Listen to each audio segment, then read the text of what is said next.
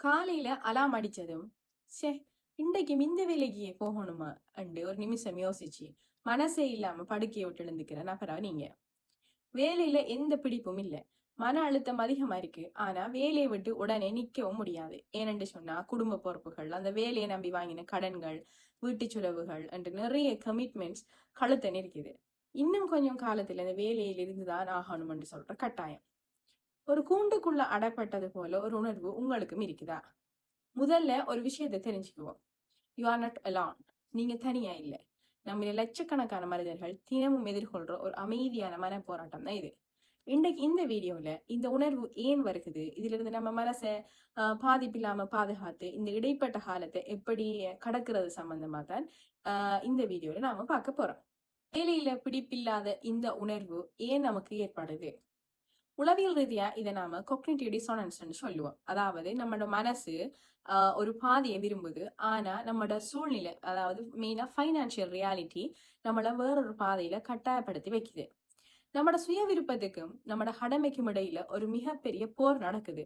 இந்த முரண்பாடுதான் நம்மட மனசுல தீவிரமான சோர்வு, கோபம், வெறுப்பு, அழுத்தம் எல்லாம் போன்ற விஷயங்களை உருவாக்குது. இது உன்னோட பலவீனம் இல்ல. உண்மையா நம்மட மனசு எனக்கு மாற்றம் தேவை என்று சொல்லி நமக்கு சொல்ற ஒரு வகையான சிக்னல் தான் இது. சரி, இப்போதைக்கு இந்த வேலையை விட முடியாது, செஞ்சுதானே ஆகணும். ஆனா அந்த வேலையை கையாளுற ஒரு வழிமுறை நமக்கு தெரியாம இருக்கலாம். அதுக்கு ஒரு சில டிப்ஸ் சொல்றேன், நீங்க ட்ரை பண்ணி பார்க்கலாம்.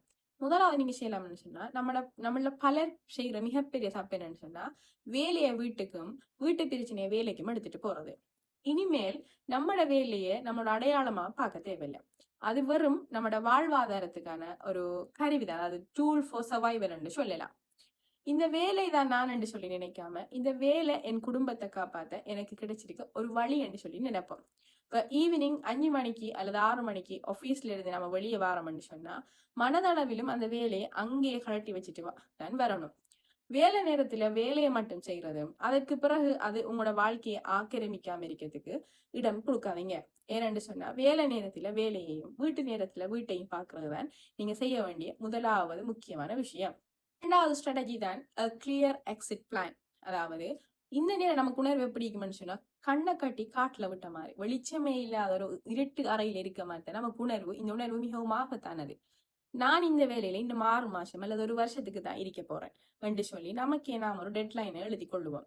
போன்லயாவது நோட் பண்ணி கொள்ளுவோம். இந்த இடைப்பட்ட காலத்துல நம்மட பொறுப்புகள், நமக்கு இருக்க கடன்கள், நமக்கு இருக்க சுமைகளை எப்படி குறைக்கலாம், அல்லது அடுத்த வேலைக்கு தேவையான புதிய ஸ்கில்ஸை எப்படி வளர்க்கலாம், அல்லது வேலை முடிஞ்சோடனே தினமும் ஒரு மணித்தியாலம் டைம் எடுத்து நம்மட எதிர்கால லட்சியங்கள், இலக்குகள் இதுக்காக எப்படி செலவிடலாம், இதை எல்லாத்தையும் நாம பிளான் பண்ணக்குள்ள நம்மளோட மனசுக்கு என்ன வரும்னு சொன்னா, ஓகே, நாம இப்ப இருக்க வேலை பெர்மனன்ட் இல்ல, ஒரு நிரந்தரமான வேலை தான் என்று சொல்லி உணரக்குள்ளேயே நமக்கு இந்த வேலையால வர அழுத்தம் வந்துகிட்டு ஒரு குறிப்பிட்ட அளவு குறையறதை நாம் உணரலாம். மூன்றாவது விஷயம் என்னன்னு சொன்னா, பிடிக்காத ஒரு வேலையை தினமும் செய்வதற்கு நம்மளோட மூளைக்கு ஒரு கட்டாயம் ஒரு ரிவார்டு ஒன்று தேவை. இப்ப வேலைக்கு நடுவில் சிறிய இடைவெளியை கட்டாயம் எடுக்கணும். இந்த வேலை கொடுக்கும் சம்பளத்தை கொண்டு உங்களோட குடும்பத்தின் புன்னகையோ அல்லது உங்களுக்கு பிடித்த ஒரு சிறிய விஷயத்தையோ ஊற்றி நோக்குங்க. இப்ப நான் படுற இந்த சிரமம் என் குடும்பத்தின் சந்தோஷத்துக்காகத்தான் என்ற எண்ணம் உங்களுக்கு நம்மளுக்கு ஒரு நேர்மறை ஆற்றல் என்ன செய்ய வேண்டாம் கட்டாயம் தரும். வாரத்துல ஒரு முறையாவது நமக்கு பிடிச்ச ஒரு பொழுதுபோக்குல அல்லது ஃப்ரெண்ட்ஸோட வெளியே போற இப்படியான விஷயங்கள்ல கட்டாயம் நேரம் செலவிடணும். ஏன்னு சொன்னா, இப்படி அழுத்தத்துல இருக்கக்குள்ள நமக்கு செல்ஃப் கேர்ன்றது கட்டாயம் முக்கியமான விஷயமா இருக்குது. ஒரே ஒரு விஷயத்தை ஞாபகத்துல வச்சுக்கோங்க. இப்ப நீங்க கடந்து போற இந்த ஒரு பாதை டெம்பரரி ஃபேஸ் தான்.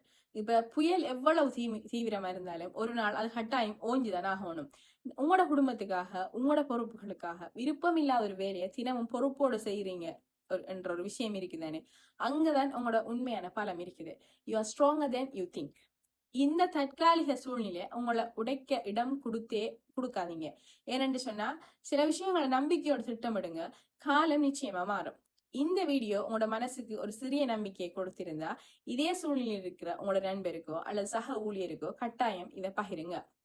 மீண்டும் ஒரு நல்ல மனநலம் சார்ந்த தலைப்போடு வழிகாட்டலோடு உங்களை சந்திக்கிறேன். நன்றி.